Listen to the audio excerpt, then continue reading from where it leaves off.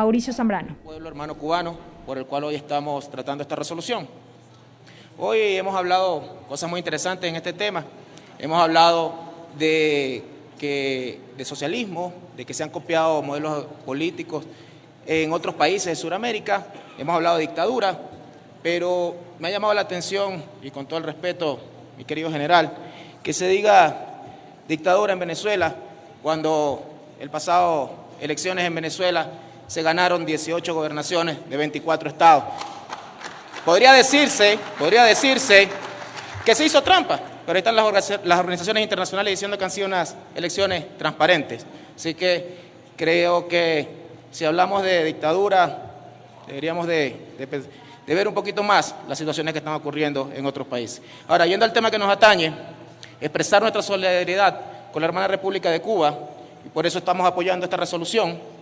Hoy, con esta resolución, queremos exhortar al gobierno de los Estados Unidos a poner fin a este bloqueo, un bloqueo comercial y financiero impuesto desde hace más de 55 años, el más largo en la historia de la humanidad, y que es la expresión más elevada de una política carente de legalidad, carente de legitimidad y deliberadamente diseñada para provocar desesperación a un pueblo, en este caso al hermano pueblo cubano. Hoy, a un día de que varios países que conforman y que integran la Organización de las Naciones Unidas se pronuncien y pidan al gobierno de los Estados Unidos el cese al bloqueo que se tiene al hermano país de Cuba, creo que es importantísimo que desde este pleno planteemos esta resolución.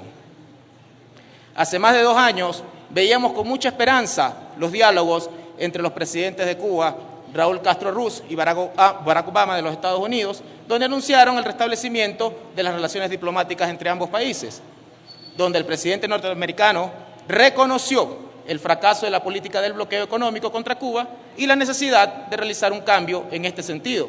Se comprometió a involucrarse en un debate en el Congreso de los Estados Unidos para levantar este bloqueo.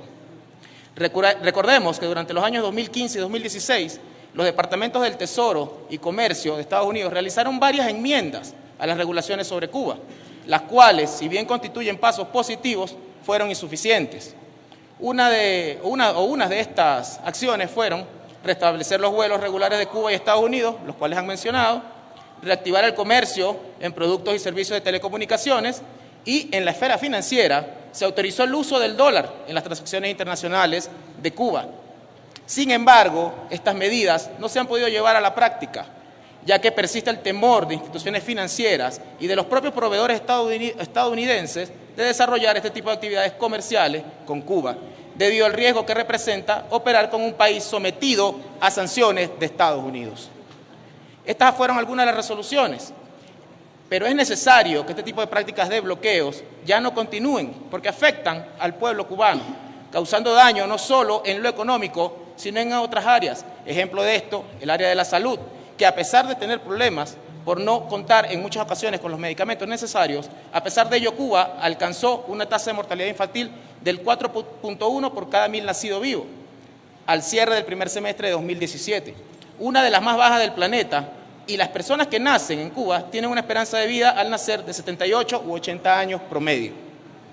En educación, pese a no tener acceso al mercado norteamericano para comprar los insumos escolares, materiales fundamentales para la preparación y mantenimiento de la red escolar, pese a eso, Cuba es un ejemplo para el mundo al mantener el acceso universal, equitativo y gratuito a una educación de calidad para todos sus ciudadanos, cumpliendo con el objetivo del milenio número 2, lograr la enseñanza primaria universal, además de llegar al 100% en la tasa de alfabetización de jóvenes entre 15 y 24 años.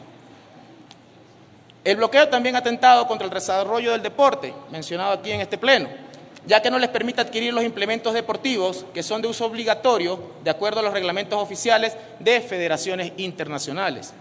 Pero a pesar de esto, hemos visto cómo Cuba ha destacado en campeonatos deportivos mundiales y olímpicos. Incluso la UNESCO, en abril pasado, celebró el Día Internacional del Deporte para la Paz y el Desarrollo con una exposición fotográfica llamada El poder de los valores del deporte, reconociendo los logros del deporte del hermano pueblo cubano. El derecho al desarrollo en Cuba se ve limitado por los efectos negativos de este bloqueo. La industria azucarera, que es una de las principales actividades económicas, se ha visto afectada, ya que Estados Unidos compraba a Cuba alrededor del 58.2% de total de sus importaciones, las que fueron reducidas a cero entre los años 1960 y 1961, si de historia queremos hablar. El gobierno cubano ha informado que las multas impuestas por Estados Unidos y su actual administración ascienden a más de 11.500 millones de dólares, mientras que el total de pérdidas monetarias por el bloqueo llega a 116.800 millones de dólares. Con todas estas limitaciones, el Estado del hermano pueblo de Cuba, destina más de 2/3 de su presupuesto a elevar los niveles de educación, salud, seguridad social, cultura, deporte e investigación científica. Nada más en formación de médicos, en la isla cursan la carrera de ciencias médicas 67.000 cubanos y más de 9.000 extranjeros, de los cuales también han ido compatriotas ecuatorianos a estudiar en Cuba.